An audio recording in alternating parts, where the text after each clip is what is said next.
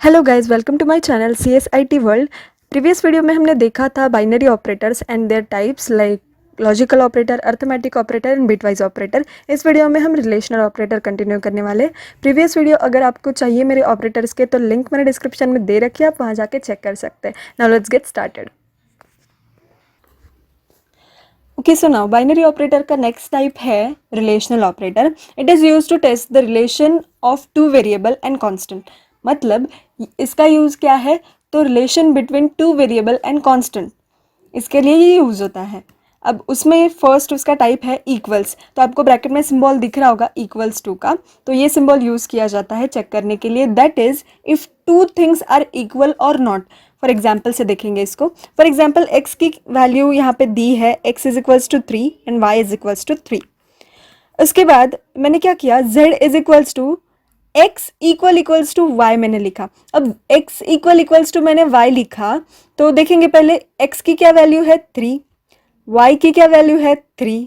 Okay, सो ये equal है क्या, यस इट इज इक्वल। तो इक्वल है तो वो स्टोर होगा z में और z विल रिटर्न ट्रू, मतलब ट्रू रिटर्न करेगा। हाँ, हमारी ये कंडीशन ट्रू हुई तो ये क्या रिटर्न करेगा, ट्रू रिटर्न करेगा। उसके बाद नेक्स्ट एग्जाम्पल देखेंगे, x is equals to 5 and y is equals to 4। Now again statement क्या आएगा, z is equals to x equals to y। अब x की वैल्यू है 5 एंड y की वैल्यू है 4।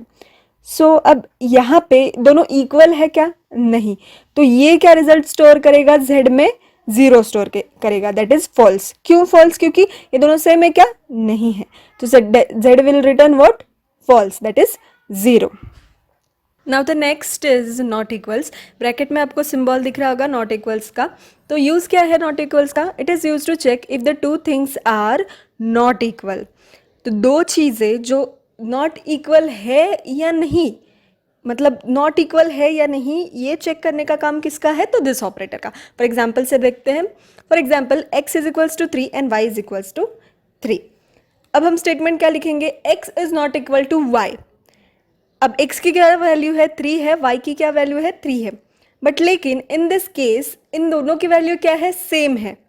तो x is not equal to y है क्या, नहीं, तो z क्या रिटर्न करेगा, फॉल्स, दैट इज 0।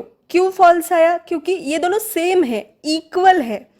अगर ये इक्वल नहीं होते तो z क्या करता, ट्रू रिटर्न करता। सेकेंड एग्जाम्पल देखेंगे, x की वैल्यू है 5 एंड y की वैल्यू है 4। अगेन वही स्टेटमेंट लिखा, z is equals to x is not equals to y।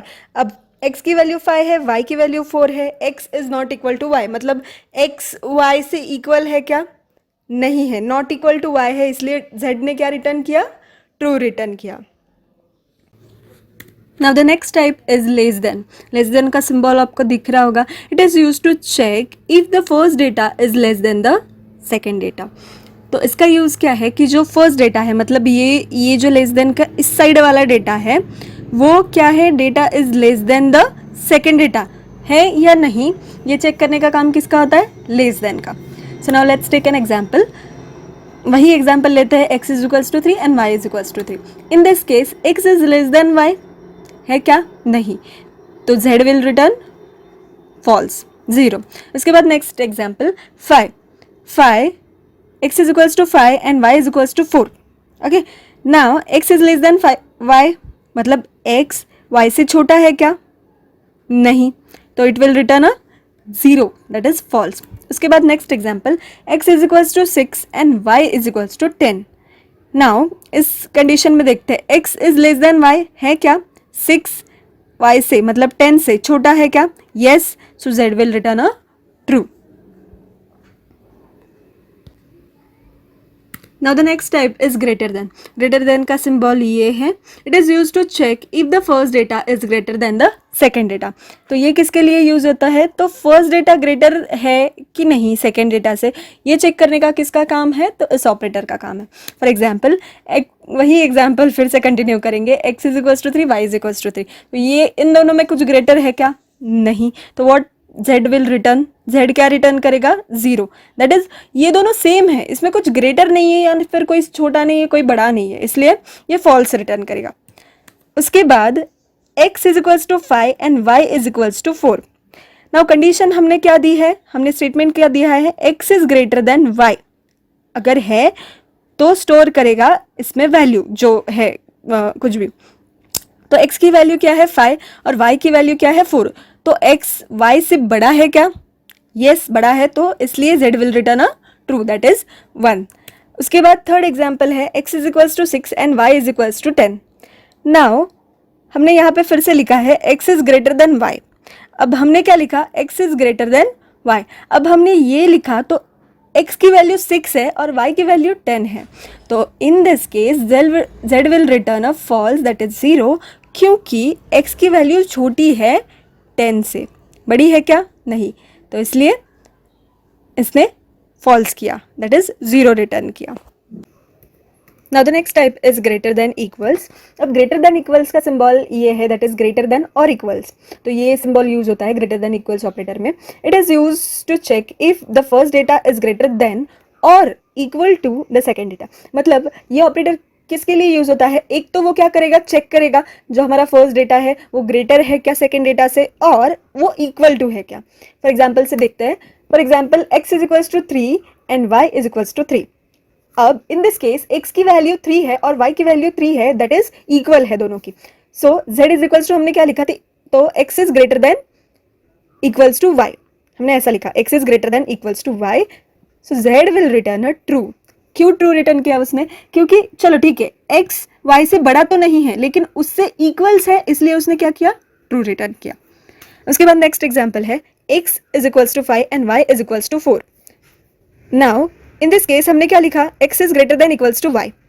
अब इसमें क्या हो रहा है कि x ये y से बड़ा है क्या? यस y से बड़ा है, लेकिन इक्वल टू नहीं है, लेकिन y से तो बड़ा है ना, y से बड़ा है, इसलिए इसने फिर से ट्रू रिटर्न किया। उसके बाद next example x is equals to 6 and y is equals to 10। Now फिर से हमने क्या लिखा कि x is greater than equals to y। x y से बड़ा है? नहीं, 6 तो 10 से छोटा है। फिर इक्वल है क्या? नहीं, तो फिर इस केस में z क्या रिटर्न करेगा? 0, मतलब फॉल्स हो गई वो condition. So now the next type is less than equals. तो जैसे हमने ग्रेटर देन इक्वल्स देखा था वैसा ही लेस देन इक्वल्स है। तो लेस देन इक्वल्स का ये सिंबल है, सामने इक्वल टू है। Use to check if the first data is less than और इक्वल टू सेकेंड डेटा। वही कि फॉर एग्जाम्पल अगर फर्स्ट डेटा है तो वो छोटा है या नहीं सेकेंड डेटा से, ये चेक करता है, और सपोज इक्वल है या नहीं ये चेक करने का काम किसका होता है? लेस देन इक्वल्स टू का। अब फॉर एग्जाम्पल देखते हैं x is equals to 3 and y is equals to 3। So z is equals to x is less than equals to y। तो x y से लेस देन है क्या? मतलब less than मतलब छोटा है क्या y से? नहीं, लेकिन इक्वल है, तो z will return a true, मतलब z क्या रिटर्न करेगा? ट्रू रिटर्न करेगा। उसके बाद next second example x is equals to 5 and y is equals to 4। Now z is equals to x is less than equal to y। अब in this case x की क्या value है? 5 है और y की क्या वैल्यू है? 4 है। तो x is less than y है क्या? मतलब x y से छोटा है क्या? नहीं। इक्वल है क्या? नहीं। तो दोनों भी कंडीशन क्या हुई? फॉल्स हुई, तो z will return a false, 0। उसके बाद है x is equals to 6 and y is equals to 10। Now x is less than equals to y। अब x की वैल्यू 6 है, y की वैल्यू 10 है, तो x y से छोटा है क्या? यस छोटा है। इक्वल है क्या? नहीं है, लेकिन छोटा है, तो z will return a true. z क्या रिटर्न करेगा? ट्रू रिटर्न करेगा। This is all about today's video guys. अगर आपको वीडियो अच्छा लगा हो तो कमेंट करके बताना, लाइक करना, शेयर करना अपने फ्रेंड्स के साथ and subscribe to my channel. Thank you.